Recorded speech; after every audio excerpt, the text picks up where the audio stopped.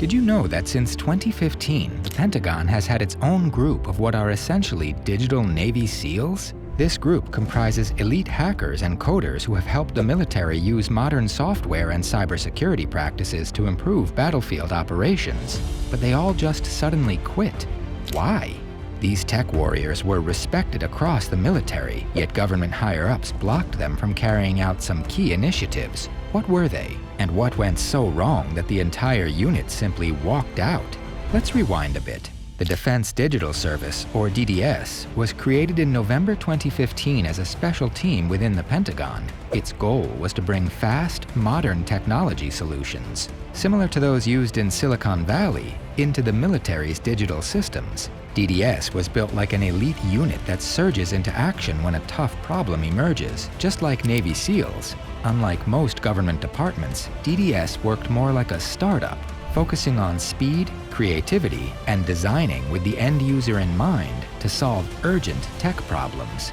This approach helped DDS avoid the usual red tape that slows innovation in federal agencies. Instead of long processes, DDS teams built and tested solutions directly in the field. Their motto was, quote, "Go where the work is," end quote, meaning they worked side by side with some of the military's most elite units to fix problems. DDS also brought in skilled private sector tech workers on short-term projects to bring in new ideas and expose hidden issues. DDS is actually an arm of the U.S. Digital Service, or USDS, which was created in 2014 after the disastrous launch of the healthcare.gov website in 2013. That failure showed that the federal government struggled to provide modern digital services. In response, President Barack Obama asked a small team of technology experts to fix the site. Their success led to the creation of USDS, designed to be a permanent team focused on improving how the government uses technology.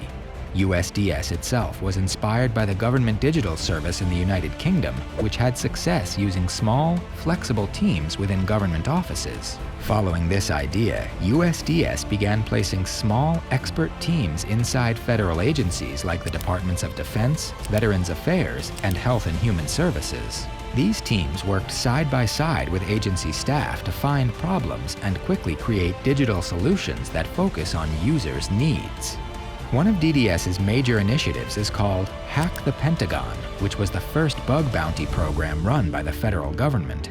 This program invited approved ethical hackers to find weaknesses in DoD systems. It was a major change in how the government handled cybersecurity by using outside experts to test system safety. Its success encouraged other federal agencies to start similar programs. DDS also helped oversee the Department of Defense's biggest cloud services project. DDS provided technical support to make the process more open and fair, demonstrating how important skilled, independent teams are for reviewing complex technology procurements in the military. In another key project, DDS helped digitize the world's largest collection of pathology records at the Joint Pathology Center. Using tools like machine learning and agile development, DDS helped modernize millions of old medical records for better research and healthcare. Despite working on important projects, DDS faced growing resistance from the traditional systems within the DoD. As DDS tried to expand its fast-paced and flexible approach, it ran into a culture built on strict rules and low tolerance for risk. This traditional way of doing things clashed with DDS's focus on quick testing, learning from mistakes, and making fast improvements. In the beginning, DDS had the freedom to operate with little interference, but over time, more rules and supervision reduced that freedom. The Pentagon preferred control and predictability, which often blocked the bold and user-focused changes DDS was trying to make. Many DDS team members became frustrated, feeling their efforts to improve systems were slowed by too much focus on procedure instead of results. When DDS was moved from reporting directly to the Deputy Secretary of Defense to now being one of several teams under the Chief Digital and Artificial Intelligence Office, known as the CDAO, its role became more traditional, and this shift made it harder for DDS to drive real change. As for DDS's parent organization, under the Trump administration, the U.S. Digital Service was restructured and renamed the U.S. DOGE Service, retaining the USDS acronym but prioritizing Elon Musk's vision for transforming the government via DOGE. Originally planned to operate as an external team, Doge was instead placed inside the executive office of the president. This gave it direct access to data and decision-making across federal agencies, avoiding many of the delays and rules that slow down outside consultants. By being based in the White House, Doge teams could quickly enter agencies, use secure systems, and start projects without waiting for outside approvals. The teams, made up of engineers, lawyers, and human resources specialists, worked inside federal agencies while also reporting to both the agency leadership and the White House. This setup allowed for faster progress in areas like software updates and data sharing. However, being so closely tied to Elon Musk and the Trump administration, and being responsible for many federal employee layoffs, has attracted significant controversy.